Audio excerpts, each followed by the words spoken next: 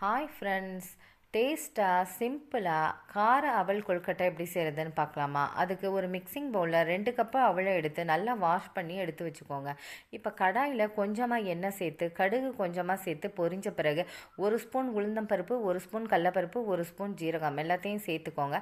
இது கூடவே ஒரு பச்சை மிளகாய், ஒரு துண்டு இஞ்சி சின்ன சின்னதாக நறுக்கி சேர்த்துக்கோங்க. இது கூடவே ஒரு பெரிய வெங்காயத்தையும் சின்ன சின்னதாக கட் பண்ணி சேர்த்துக்கோங்க.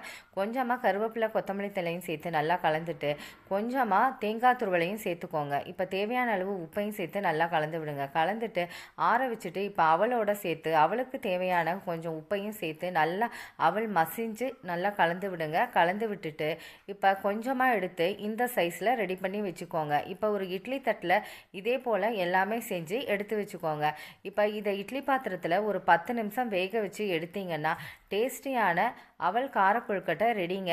இதை நீங்கள் ஈவினிங் ஸ்நாக்ஸுக்கு கூட கொடுக்கலாங்க. நீங்களும் ட்ரை பண்ணி பாருங்கள். இந்த வீடியோ உங்களுக்கு பிடிச்சிருந்தா லைக் பண்ணுங்கள், ஷேர் பண்ணுங்கள், கமெண்ட் பண்ணுங்கள். Okay, thank you.